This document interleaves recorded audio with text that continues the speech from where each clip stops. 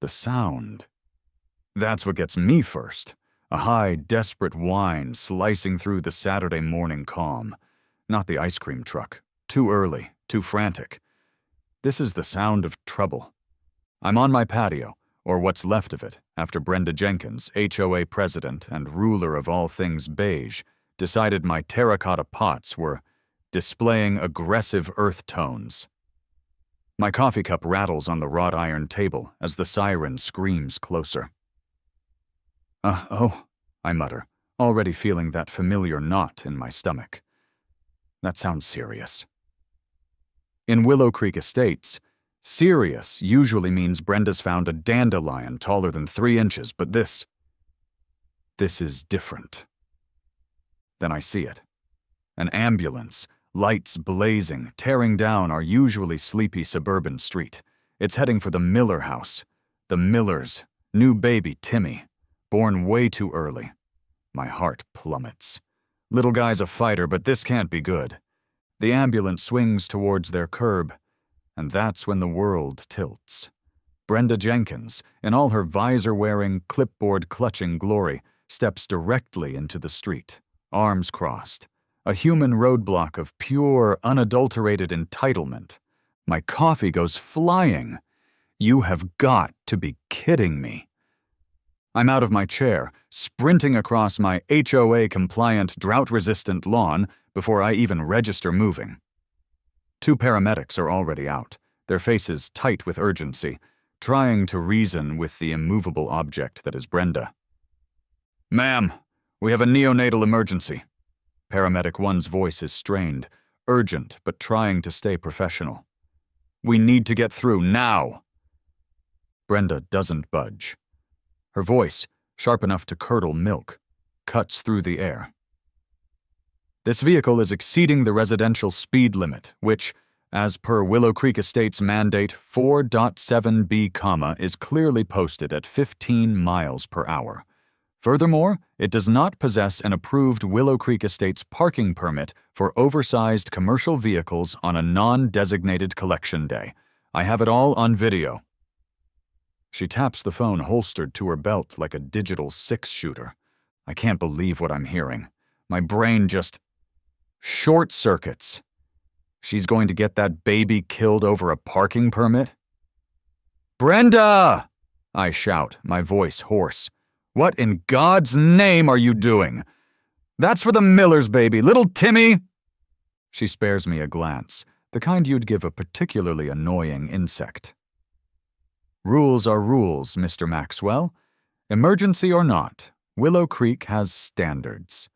Besides, the bylaws clearly state in Section 12, Paragraph 3, regarding unscheduled vehicular presence, 'Lady, this is a neonatal transport.'"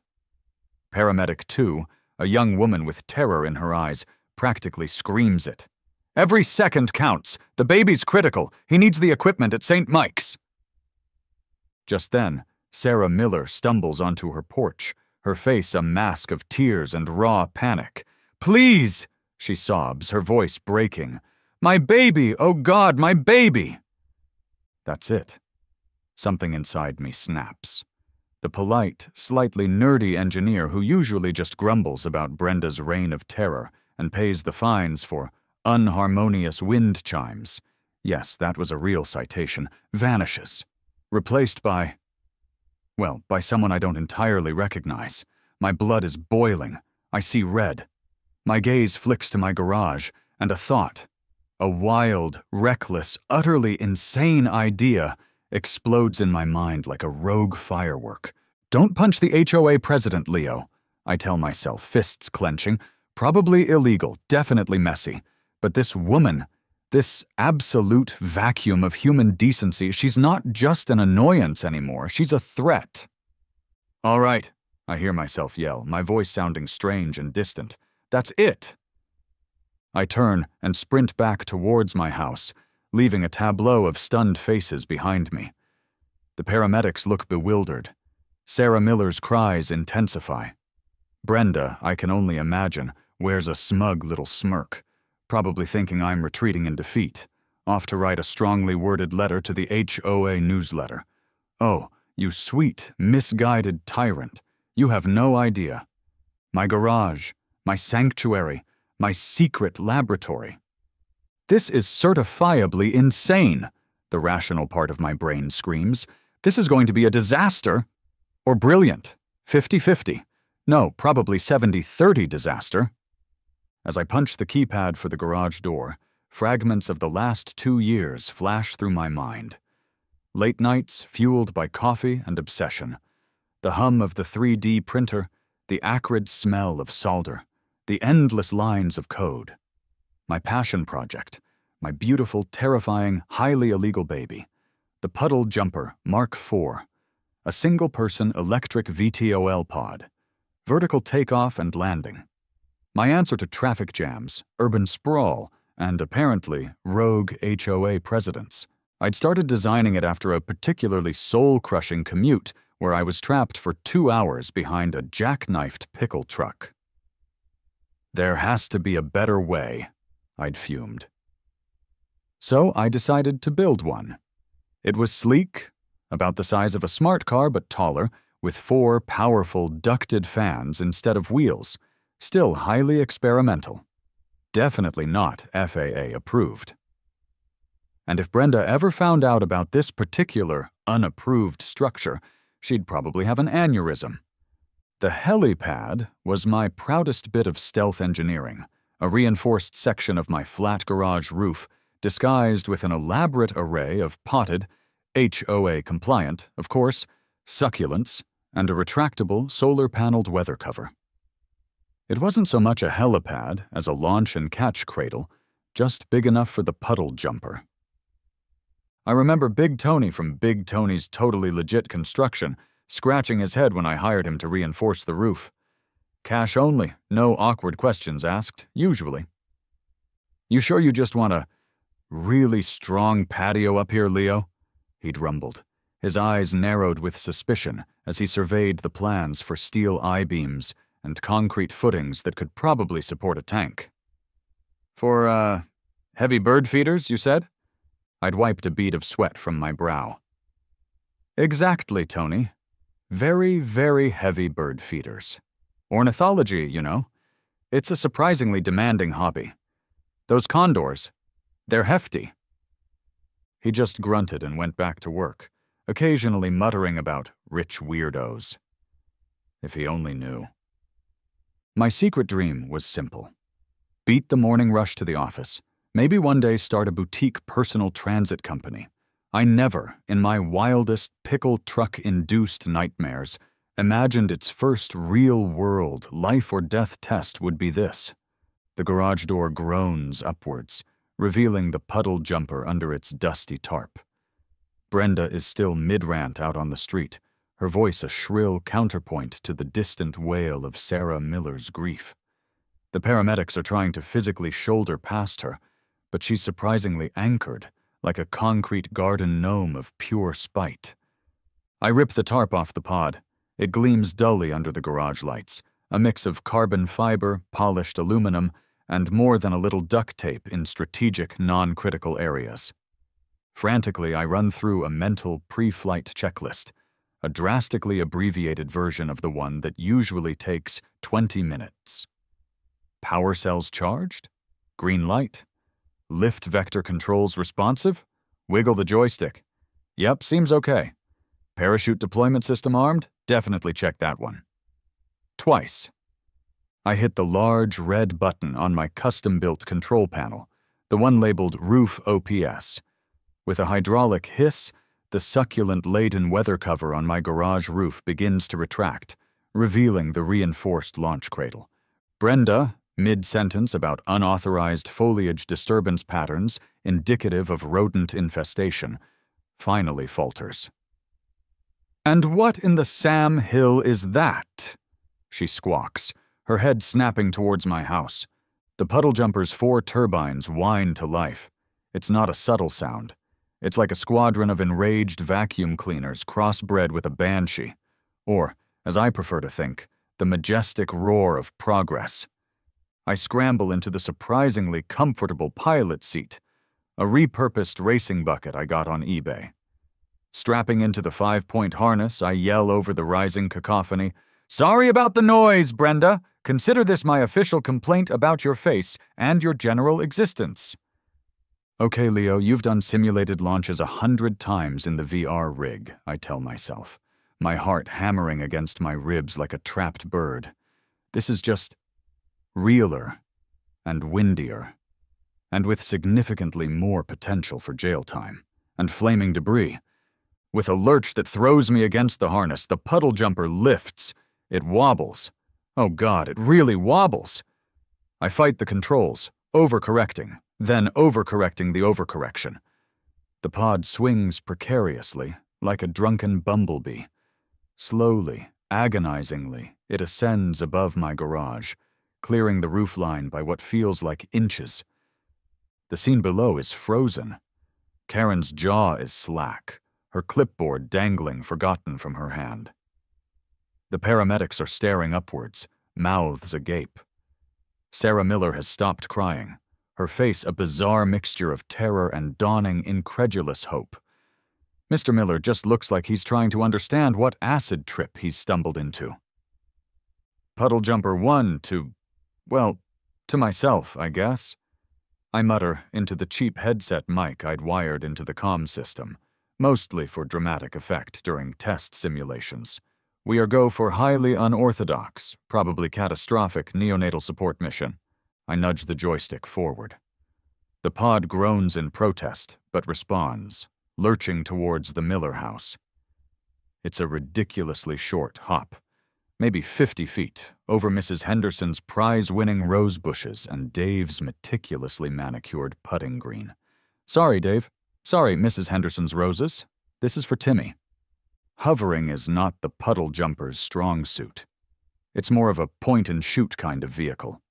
I'm wrestling the controls, trying to keep it from drifting into the Miller's oak tree, the downdraft from the turbines probably giving their azaleas a very permanent bad hair day. The noise is deafening. I manage to stabilize it, more or less, right beside the ambulance in their driveway. With a hiss of pneumatics, I pop the acrylic canopy. "Get the incubator!" I yell, trying to be heard over the screaming fans. Paramedic 1, the guy, is staring at me like I've just sprouted wings and a halo, or horns and a tail. "The small one, the portable transport. We can strap it in the passenger seat. It's a tight fit, but it'll work." You built that?" he shouts back, his eyes wide with a mixture of disbelief and what might be professional admiration. "In your garage?" "Less talk, more baby saving!" I roar. My adrenaline is singing, a high-pitched thrum in my ears. "St. Michael S. Hospital is 5 miles cross-country. I can make it in 3 minutes, can you?" I jerk my head pointedly towards Brenda, who has recovered enough to be frantically jabbing at her phone, her face a mask of apoplectic fury.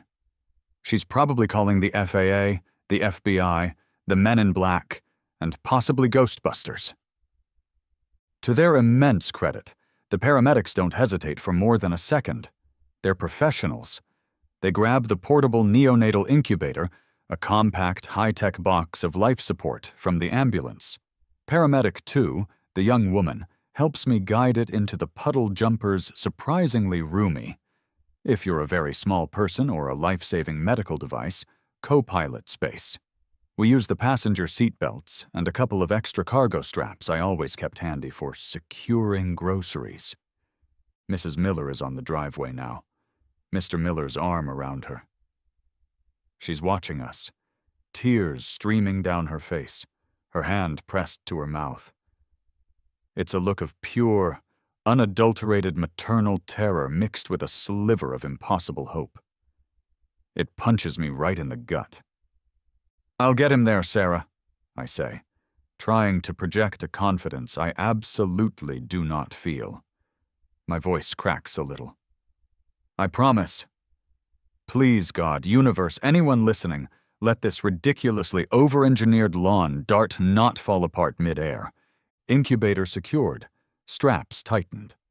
Tiny blinking lights on its panel indicating, hopefully, that all is well with its precious cargo. canopy down, and locked with a satisfying thunk. "All right, little dude," I whisper, patting the side of the incubator. "Hang tight. Next stop, St. Michael's Hospital. Try not to throw up. Or, need any sudden G-force compensation." With another deep breath, I push the throttle. The turbines scream, the puddle jumper shudders, and we lift off again. More wobbling, definitely more wobbling. I fight it, muscles straining, knuckles white on the joystick. We clear the Miller's house, then the power lines running along Elm Street. Mostly by luck, if I'm being honest. The view is surprisingly suburban, from 200 feet up.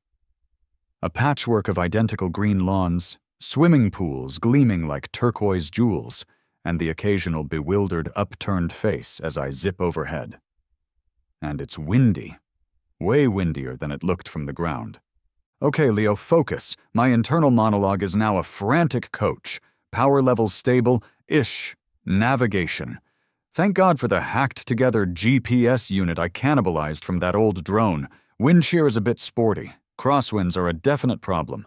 Remind self to install better inertial dampeners if I survive this, and don't end up in a federal penitentiary. I can see the main road now, a ribbon of crawling traffic. Good old Route 7. And beyond it, the sprawling complex of St. Michael's Hospital, its main tower, a beacon of hope. Cars below look like ants. A few people are pointing, their tiny figures frozen in place. This is definitely going on YouTube, probably under Florida Man takes off in homemade and thing.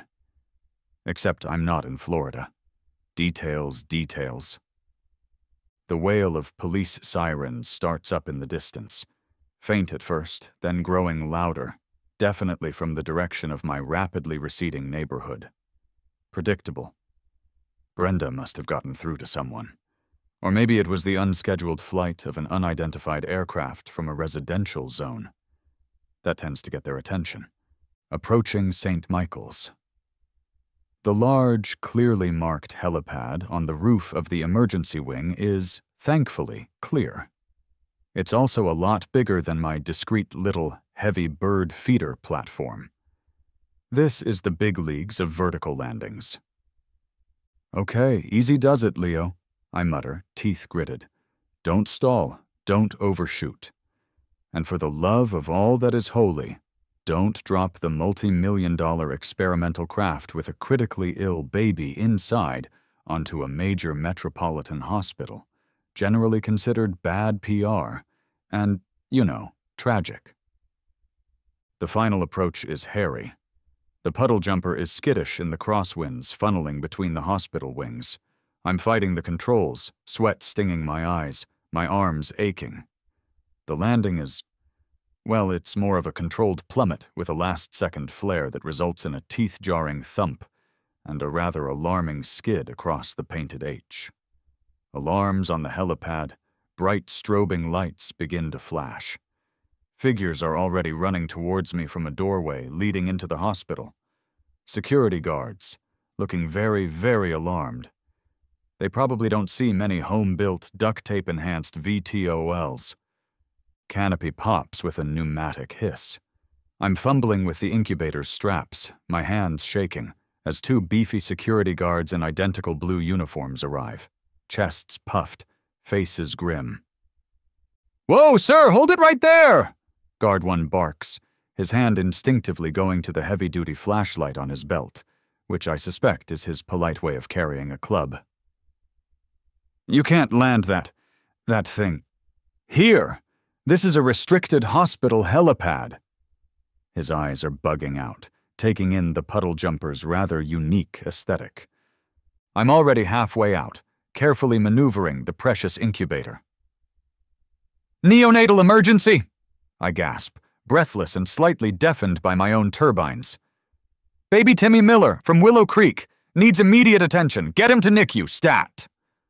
Just then, a flurry of scrubs and white coats bursts onto the helipad nurses. A doctor, their faces etched with concern, clearly alerted by the unauthorized landing and the blaring alarms. They see the incubator, the blinking lights, the urgency in my eyes, and their training kicks in. Professionalism smooths over their initial shock. "What have we got?" the doctor, a woman with calm, intelligent eyes, asks, already assessing the incubator. "Preemie, respiratory distress, local ambulance was obstructed," I manage, waving a vague hand. The baby, my tiny, silent passenger, is whisked away, surrounded by a phalanx of medical expertise. Gone. Safe, hopefully. A wave of relief, so potent it makes my knees buckle, washes over me. Phase 1 complete. I slump against the side of the puddle jumper, my legs suddenly feeling like overcooked noodles. Now for the awkward questions. And probably the handcuffs. Definitely the handcuffs. The hospital administration staff arrive next, a formidable woman in a power suit who looks like she eats red tape for breakfast. She's followed by more security, and then, inevitably, the police. I recognize Officer Miller, no relation, thank God, to the baby's family. That would be too much irony, even for this situation, and his partner, Officer Ramirez, from a previous, much less dramatic encounter involving one of Brenda's complaints about my suspiciously late-night garage activities. They look even less amused now. Officer Miller consults his notepad, then looks from me to the puddle jumper, then back to me, his expression a perfect blend of disbelief and extreme weariness. "Mr. Leo Maxwell, is it?" he asks, his voice flat. "We had a call about several potential violations of FAA regulations, city ordinances, Willow Creek HOA bylaws, and quite possibly the known laws of physics." I try for a charming, innocent smile. It probably looks more like a terrified grimace. "Officer, there was a baby in critical condition, and a woman who clearly values the aesthetic purity of her petunia beds over a human life. I improvised." Officer Ramirez, who I always thought had a bit more of a sense of humor, actually snorts, then quickly tries to cover it with a cough. "Improvised a VTOL aircraft from your suburban garage to bypass an HOA dispute involving an ambulance?" He raises an eyebrow. "That's a new one, even for Willow Creek." And so the explanation begins, standing on a hospital helipad next to my increasingly conspicuous puddle jumper, with a growing audience of hospital staff, bemused patients peering from windows, and now 2 rather stern-looking police officers. I tell them everything.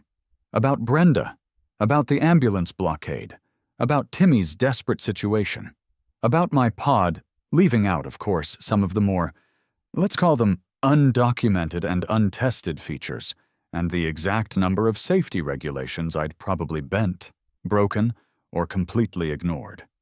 Just as I'm finishing, the Millers arrive, breathless and frantic, having driven like maniacs from Willow Creek. Sarah Miller rushes over, tears streaming, and actually hugs me. They said he's stable," she chokes out. "You saved him, Leo. That doctor, she said those few minutes. You saved his life!" Mr. Miller is pumping my hand, his face a mess of gratitude and shock. "We saw you take off. I didn't know what to think. But thank you, Leo. From the bottom of our hearts. Thank you." Their raw, heartfelt emotion seems to soften even Officer Miller's stern demeanor. He actually looks a little impressed, or maybe just profoundly confused.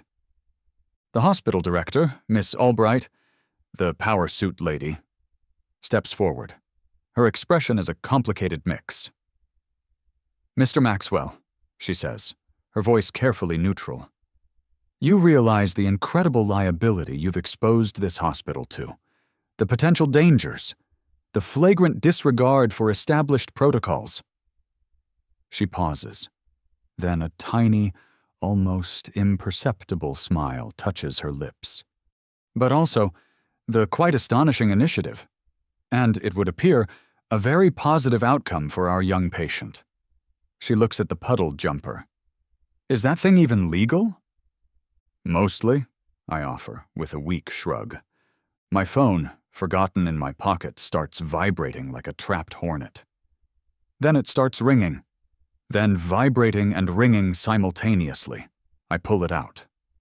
The screen is a blur of notifications. Texts from neighbors, missed calls from numbers I don't recognize. And social media? Oh boy.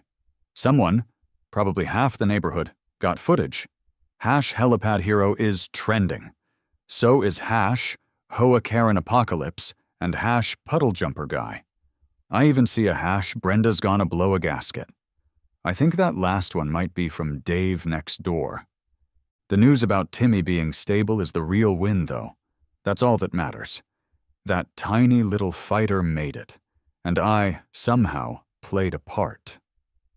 The relief is so overwhelming.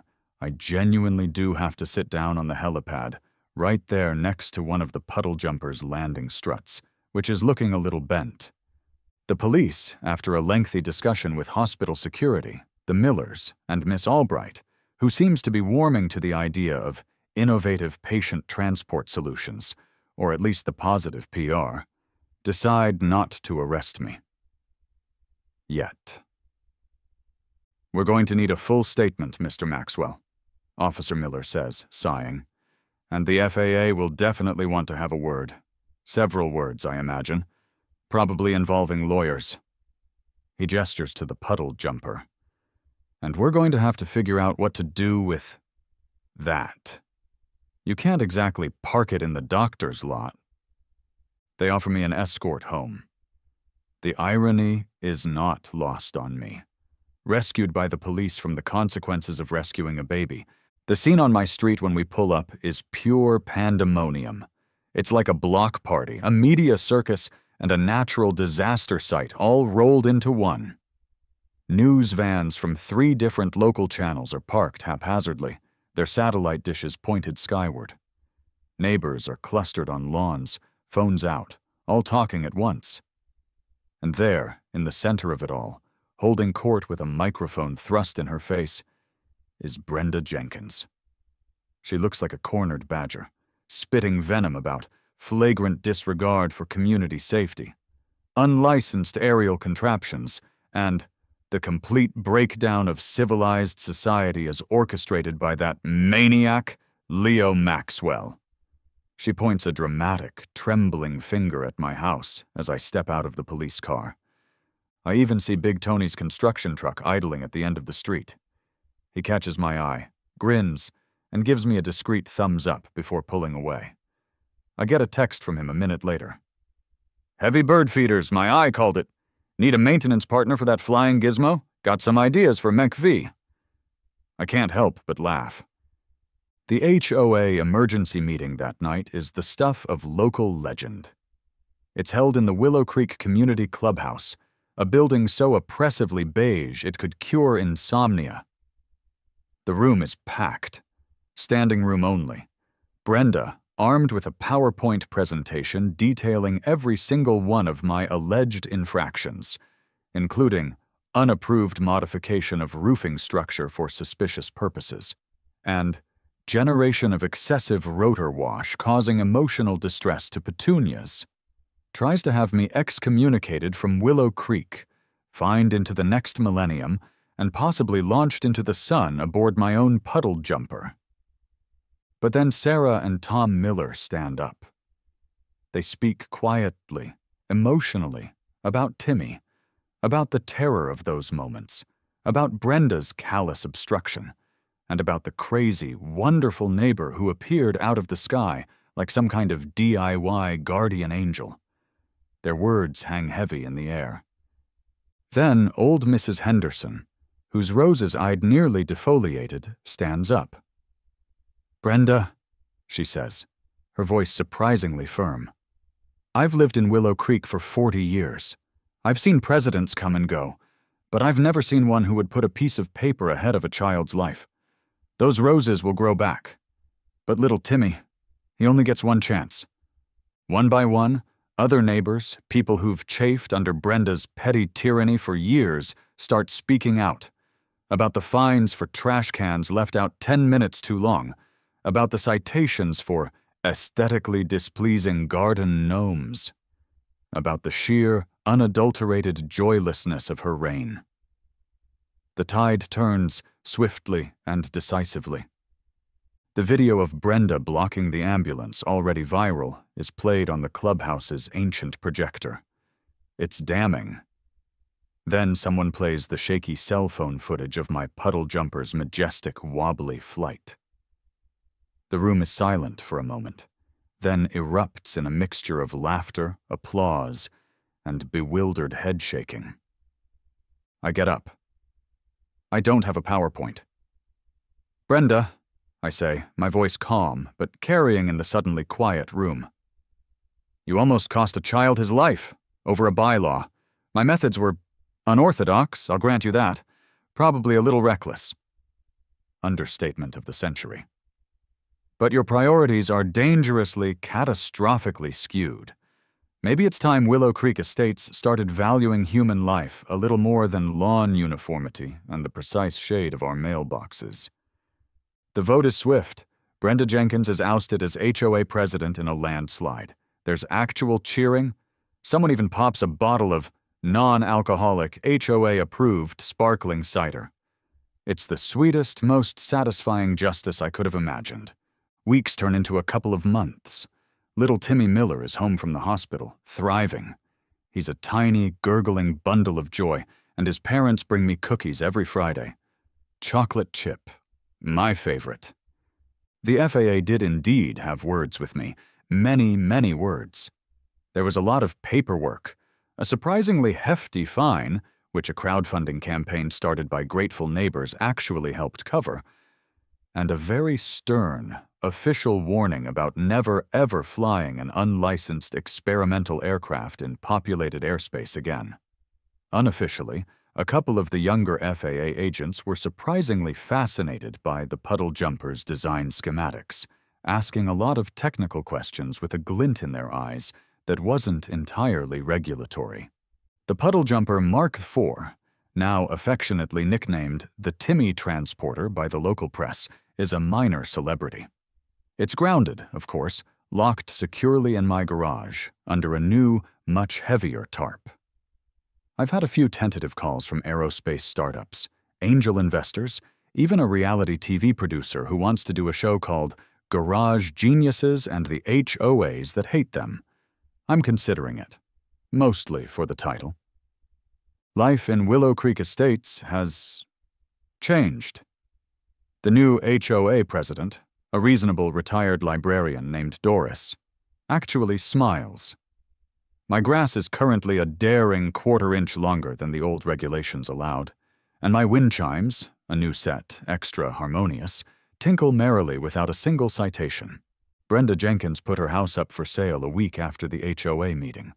Rumor has it she's moving to a remote community in Montana with no neighbors for 50 miles.